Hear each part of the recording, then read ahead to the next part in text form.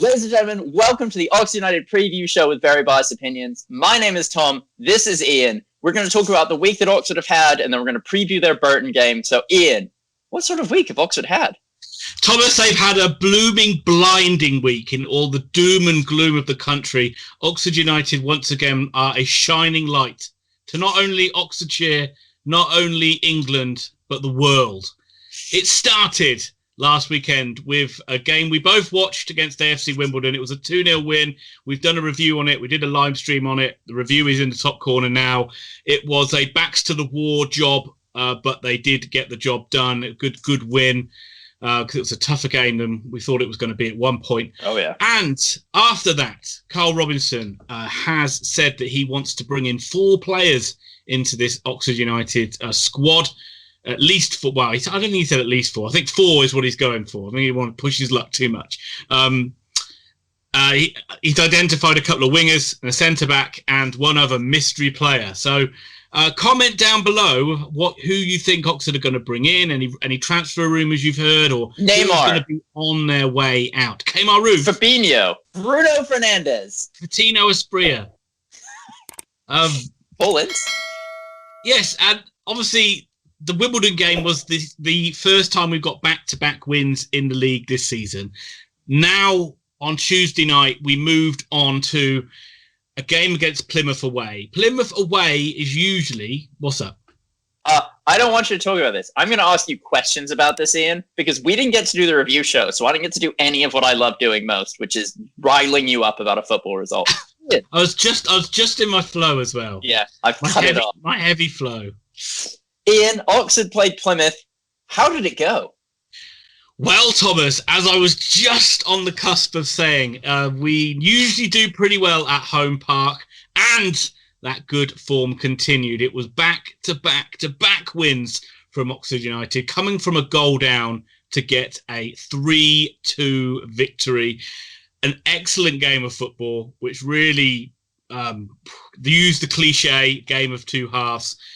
But I would say from about the 35th minute on, when Oxford got the equaliser, I would say they really started to take control of this game. Well, I don't want to split hairs, but maybe talk to me about the first minute through the 45th minute first, and then we'll get on to the next 45 minutes.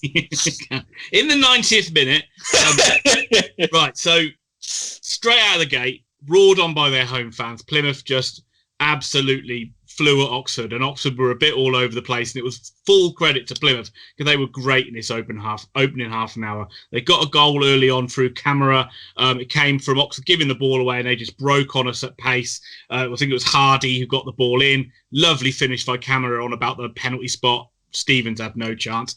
And for the first time in a long time, Oxford find themselves behind in a game, and it really felt we had to weather a lot of Plymouth pressure. They were really, really good in its first 30 minutes. As good as a side we've played, I would say, since we played Hull, and they really got ahead of the steam. They were really good, and I'm surprised they've been on such a bad run when you saw how well they can play. They had turned that round a little bit, but they were on a poor run before that win and a draw. And it really took Oxford being a little bit different than what they usually are to get into the game. Oxford usually are either we like to press and win the ball, and then we like to play quite controlling football. But Oxford had to go really direct against this Plymouth side. And it's not the sort of tactic that usually works for us, but it did work in this game. And we had forced changes. That didn't help. I should have mentioned that at the start.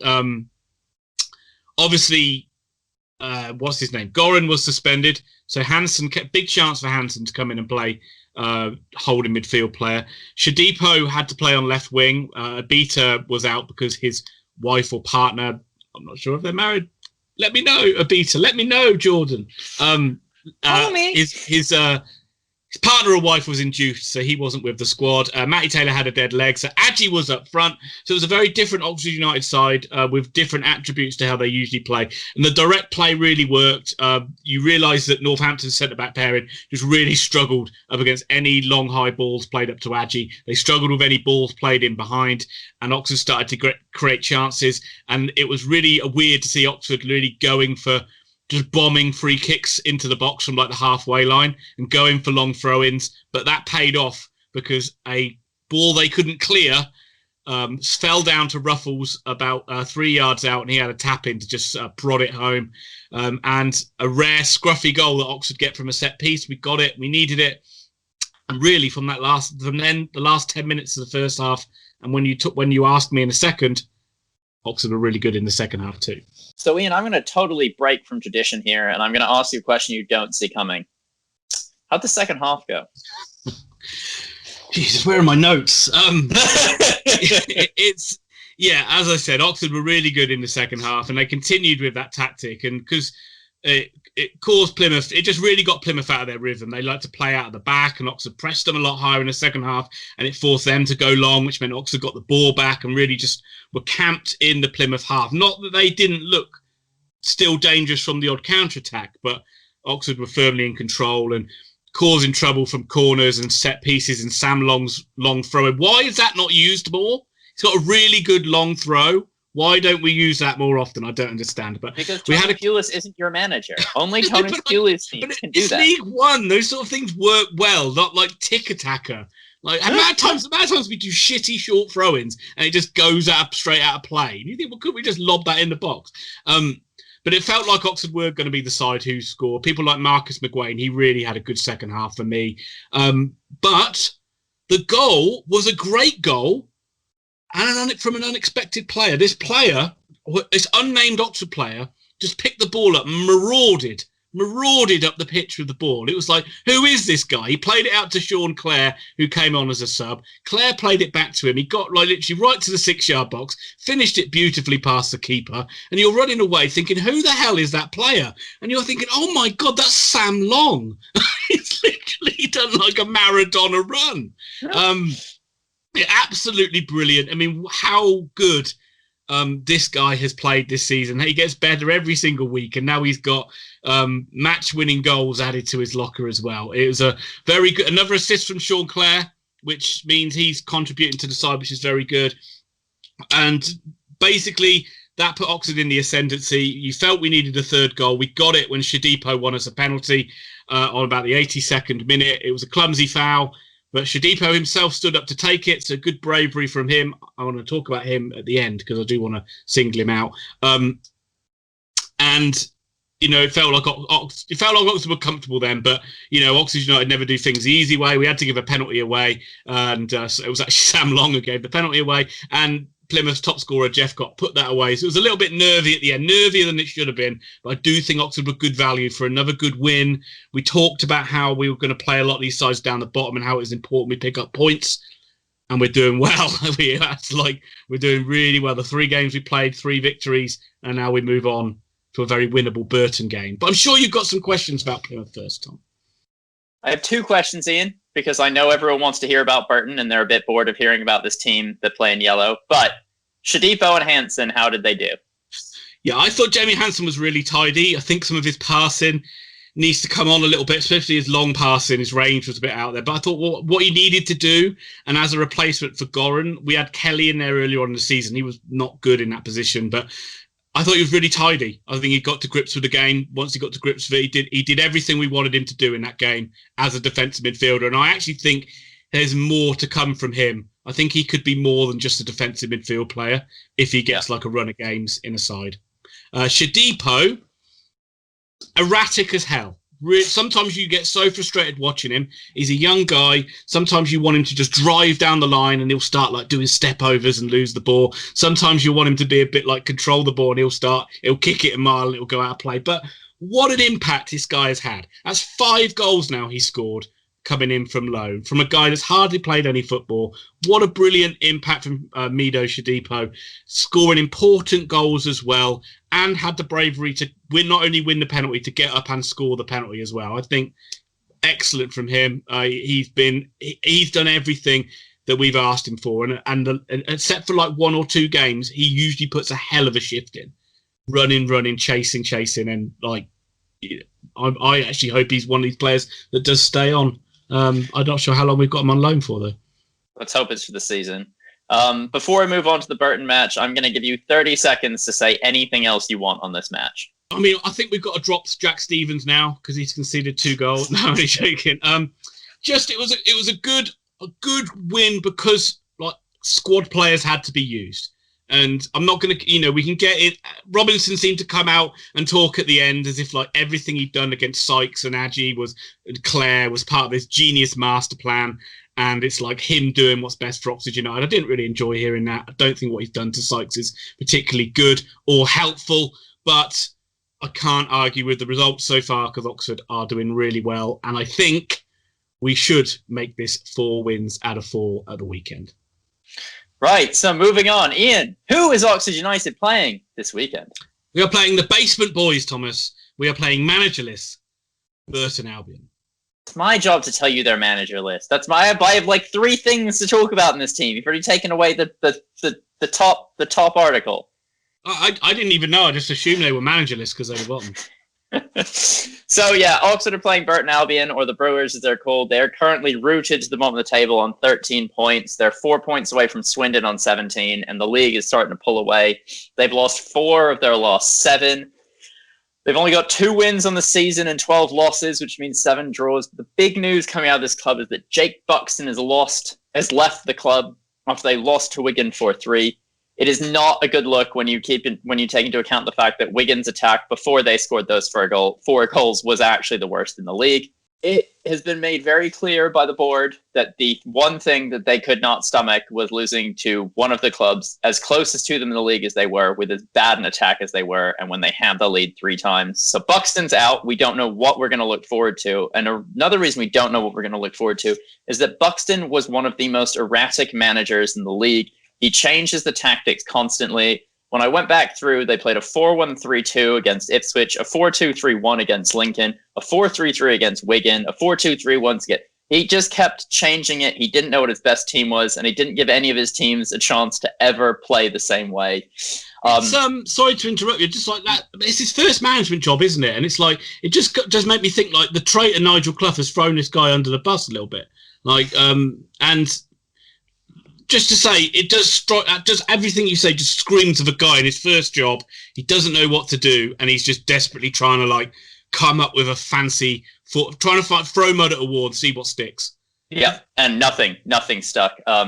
They've conceded 45 goals already. It's the worst defense in the league. But the one thing they don't have a problem doing is scoring. They've scored 27 goals this season, which pretty much puts them mid-table as far as that. Also, they were on quite a good run before this 4-game losing streak. They'd drawn with Sunderland and Crewe and beaten Charlton, but then it all just completely fell apart, and they've just lost every game.